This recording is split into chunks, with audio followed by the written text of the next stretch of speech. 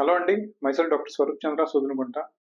So, patients మా దగ్గరకొచ్చినప్పుడు ఏంటంటే అండి, షోల్డర్ పెయిన్‌తోటి చెప్తూ ఉంటారనమాట. అంటే ఈ పెయిన్ గూడా ఎలా ఉంటుందంటే, నైట్ టైము చాలా ఎక్కువగా ఉంటుంది. అండ్ నిద్రపోవడానికి కూడా చాలా ఇబ్బంది పడుతూ ఉంటారనమాట. కొంతమందైతే చెయ్యి పైకి లేపాలన్నా, కింద దించాలన్నా చాలా పెయిన్‌ఫుల్‌గా ఉంటుంది అని చెప్తూ ఉంటారు. సో, యూజువల్‌గా మా భాషలో మేమేం అంటామంటే దీన్ని ఫ్రోజన్ షోల్డర్ అని అంటామండి. లేదా దీనికి ఇంకో పేరొచ్చేసి అడ్హెసివ్ క్యాప్సులైటిస్ అంటారనమాట. యూజువల్‌గా ఇదొచ్చేసి అండి డయాబెటిస్ అంటే షుగర్ ఎక్కువగా ఉన్న వాళ్ళలో చాలా ఎక్కువగా చూస్తూ ఉంటాం. సో, నార్మల్‌గా మన షోల్డర్ జాయింట్ వచ్చేసి అండి బాల్ అండ్ సాకెట్ జాయింట్ అనమాట. దీని చుట్టూరు తెల్లటి పొర ఒకటుంటుంది. దాన్ని క్యాప్సూల్ అని అంటాం. ఇది వచ్చేసి అండి కొల్లాజెన్‌తో తయారు చేయబడి ఉంటుంది. So, collagen is basically a protein. మామూలుగా షుగర్ ఎక్కువైతే బాడీలో ఏమవుతుందంటే, ఆ షుగర్ సో కాల్డ్ షుగర్ అనేదొచ్చేసి కొల్లాజెన్ అంటే ఆ క్యాప్సూల్ పైన డిపాజిట్ అయిద్దనమాట. సో, అలా క్యాప్సూల్ పైన ఉన్న షుగరు బేసికల్లీ అన్‌వాంటెడ్ సబ్‌స్టెన్స్ అనమాట.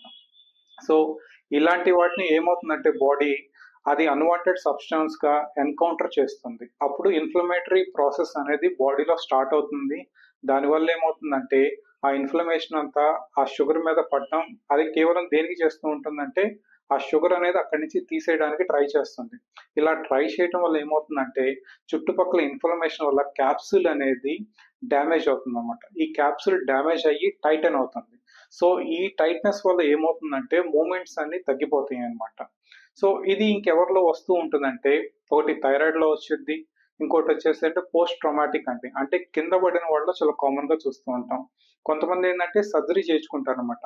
ఈ సర్జరీ చేయించుకున్న వాళ్ళలో కూడా ఇది చాలా కామన్‌గా చూస్తూ ఉంటాం. సో, ఇందుట్లో డిఫరెంట్ స్టేజెస్ ఉంటాయండి. ఒకటేమో ఫ్రీజింగ్ స్టేట్ అంటాం. అంటే ఈ స్టేజ్‌లో ఎలా ఉంటుందంటే పేషెంట్స్‌కి చాలా పెయిన్ ఉంటది. అండ్ మూవ్‌మెంట్స్ కూడా చాలా తక్కువగా ఉంటాయి. నెక్స్ట్ వచ్చేసి ఫ్రోజన్ స్టేట్ అండి. అంటే ఈ స్టేజ్‌లో ఎలా ఉంటుందంటే పెయిన్ అనేది తగ్గుతుంది. కాపోతే మూవ్‌మెంట్స్ అనేది రిస్ట్రిక్ట్ అయిపోతాయన్నమాట. అంటే బాగా తక్కువగా ఉంటాయి. లాస్ట్ స్టేజ్ వచ్చేసి థాయింగ్ స్టేజ్ అంటారండి. ఈ స్టేజ్ అంటే ఏంటంటే ఇందుట్లో పెయిను తగ్గుతుంది. అండ్ మూవ్‌మెంట్స్ కూడా బాగా పెరుగుతాయన్నమాట. అంటే more or like normal shoulder movements ఎలా ఉంటాయో అలా ఉంటాయన్నమాట. కానీ ఈ సైకిల్ అనేది దాదాపు స్టార్ట్ అయిందంటే పేషెంట్‌కి 3 ఇయర్స్ వరకు ఉంటుందండి. సో, ఇందుట్లో మెయిన్ ప్రాబ్లమ్ ఏంటంటే మనకి పెయిన్ ఉంటుంది అండ్ మూవ్‌మెంట్స్ తగ్గుతాయి. సో, మనం పేషెంట్ ట్రీట్ చేసేటప్పుడు ఈ 2 ట్రీట్ చేయాల్సి ఉంటుంది. సో, పెయిన్ తగ్గడానికి ఏంటంటే ఎనసైడ్స్ ఇస్తామన్నమాట. అంటే non steroid anti inflammatory drugs అంటే పెయిన్ కిల్లర్స్ ఇస్తూ ఉంటాం. ఇంకోటేంటంటే మూవ్‌మెంట్ పెంచడానికి ఫస్ట్ పేషెంట్‌నొచ్చేసి ఫిజియోథెరపీ ఒకటి చేయించుకోమంటాం. ఎక్సర్‌సైజులు బాగా చేసుకుంటే మూవ్‌మెంట్ పెరిగే అవకాశం ఉంటుందన్నమాట. ఇన్ కేస్ ఆ ఎక్సర్‌సైజ్ చేసుకోవడానికి కష్టంగా ఉండి మూవ్‌మెంట్ కూడా పెరగట్లేదంటే కొన్ని చిన్న ఇంటర్వెన్షనల్ ప్రొసీజర్స్ ఉంటాయండి. ఒకటొచ్చేసి జాయింట్‌లో వచ్చేసి స్టెరాయిడ్ ఇంజెక్షన్ ఇవ్వటం అనేది ఉంటుంది. ఇంకోటొచ్చేసి హైడ్రో డైలటేషన్ అంటాం అనమాట.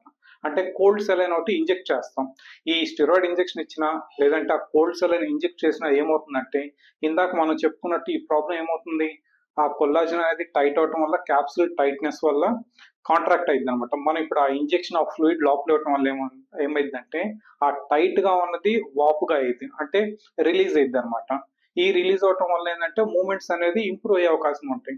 ఇన్ కేస్ ఇలా కూడా చేసిన మూవ్‌మెంట్ ఇంప్రూవ్ అవ్వట్లేదంటే, మనం ఏం చేస్తామంటే మానిప్యులేషన్ ఒకటి చేస్తామన్నమాట. అంటే చిన్న మొత్తు ఒకటిచ్చి పేషెంట్‌కి అలా మానిప్యులేట్ చేయటం వల్ల సో కాల్డ్ కాంట్రాక్చర్స్ ఏమైతే ఉంటాయో అయన్నీ రిలీజ్ అయిపోయి మూవ్‌మెంట్ అనేది ఫ్రీ అవుతుంది.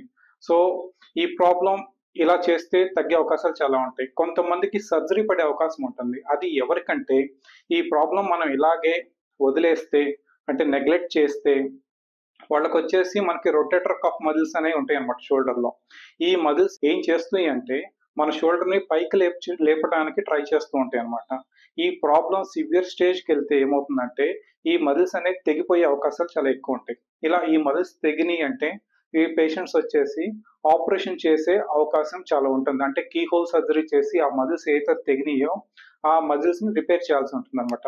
సో, దీన్ని మనం ఎర్లీ స్టేజ్‌లోనే ట్రీట్మెంట్ గనక ప్రాపర్‌గా తీసుకుంటే, ఈ ఆపరేషన్ స్టేజ్ అనేది వెళ్ళకుండా ఉంటామనమాట. సో, షుగర్ ఉన్నవాళ్ళు ఎస్పెషల్లీ చాలా జాగ్రత్తగా ఉండాల్సిన ప్రాబ్లమ్ అండి ఇది. సో, మనం గనక షుగర్ కంట్రోల్‌లో గనక ఉండగలిగితే, ఈ మూవ్‌మెంట్స్ అన్నీ ఫ్రీగా ఉంటాయి. అండ్ రోజు ఎక్సర్‌సైజ్ చేసుకుంటే ఈ ప్రాబ్లమ్ అనేది రాకుండా ఉంటుందనమాట.